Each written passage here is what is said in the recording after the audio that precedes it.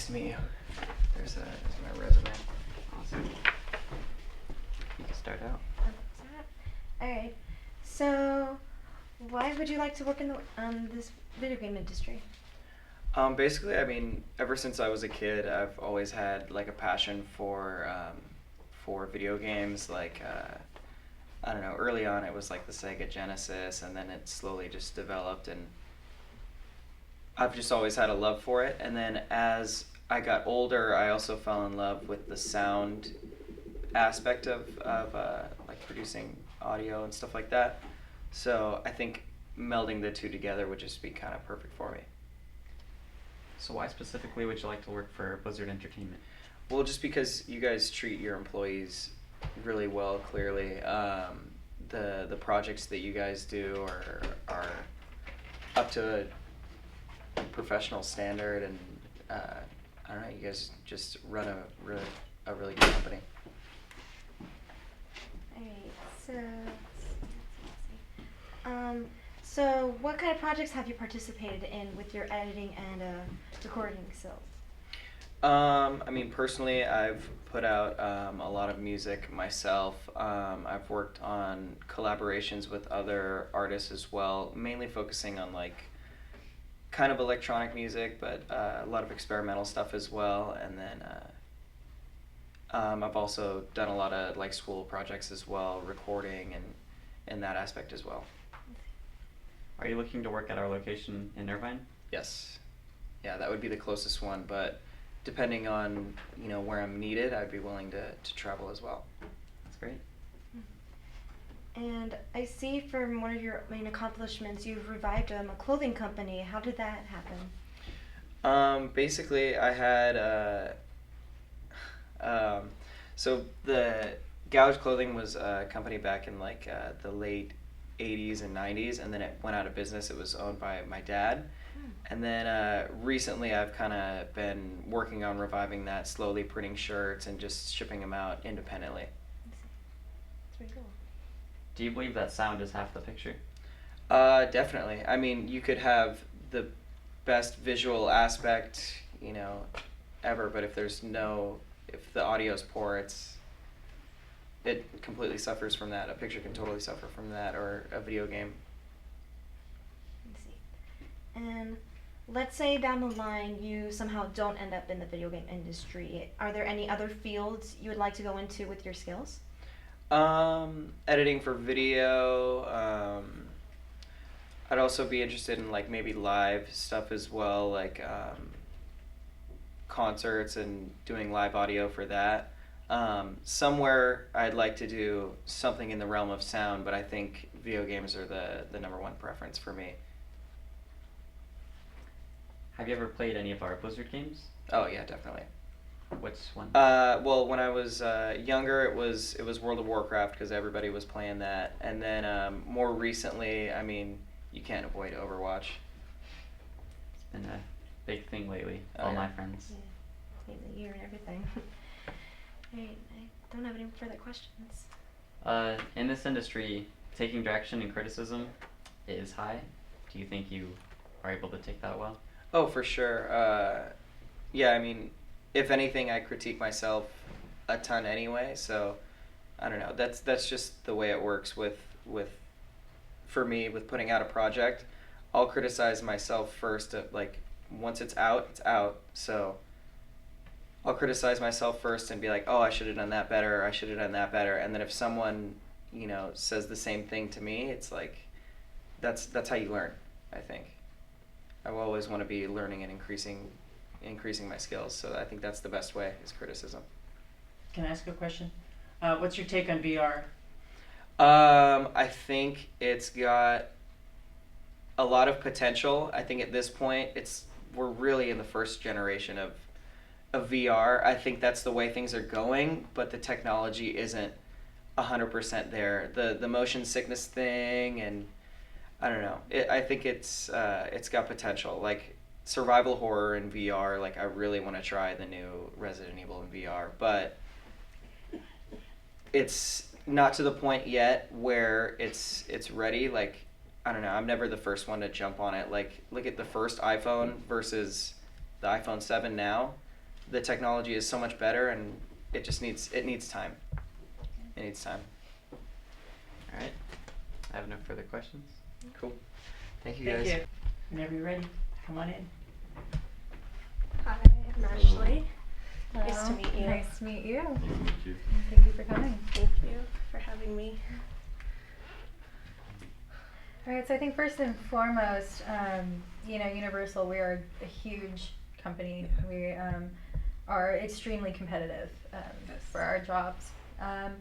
Why do you think we should hire you over the thousands of other people that are competing for this job?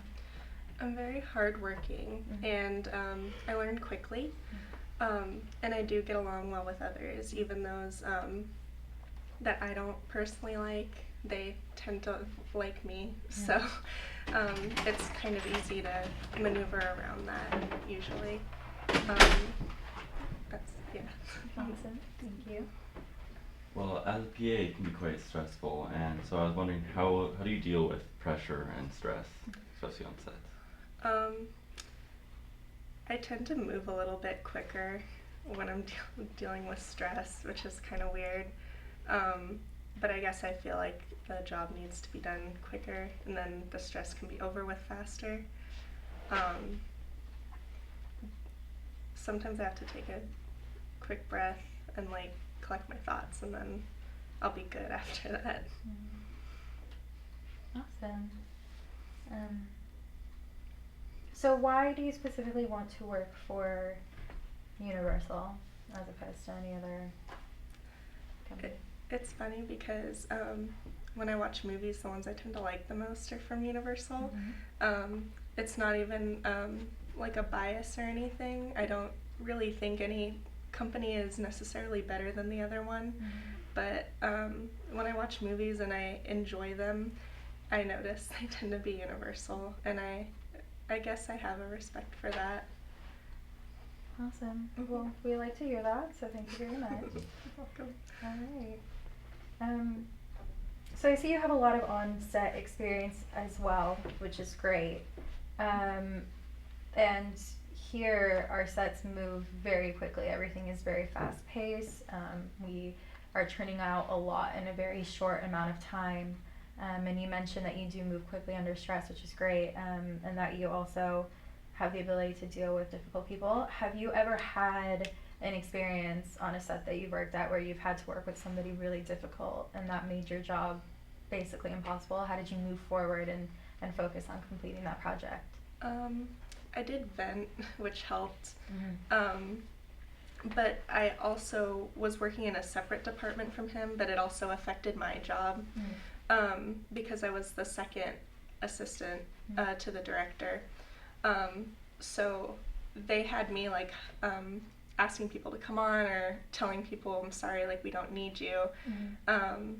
So this person in particular had really like frustrated me, where I had put him in to help him out and taken someone out, and I really regretted that.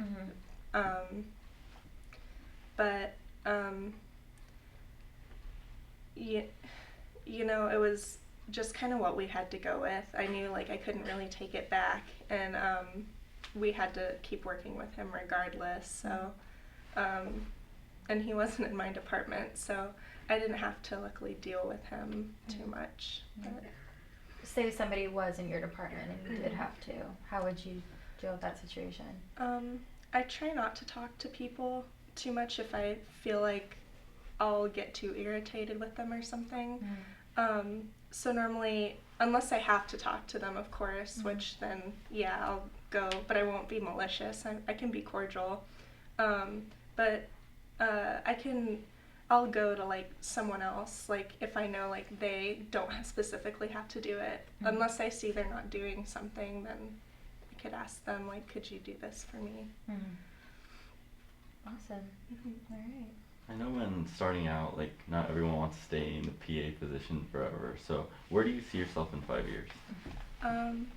Well, within those 5 years, I believe in like working yourself up and not starting at the top. I'd like to be like start as an electrician, and then like work my way up to BBE and then gaffer and then one day DP. I don't know if I'll make it to DP in 5 years, but it would be really nice to like be gaffing in 5 years, if possible. Alright. What would you consider are some of your greatest professional strengths that you can bring to the electric side and to just the set as a whole?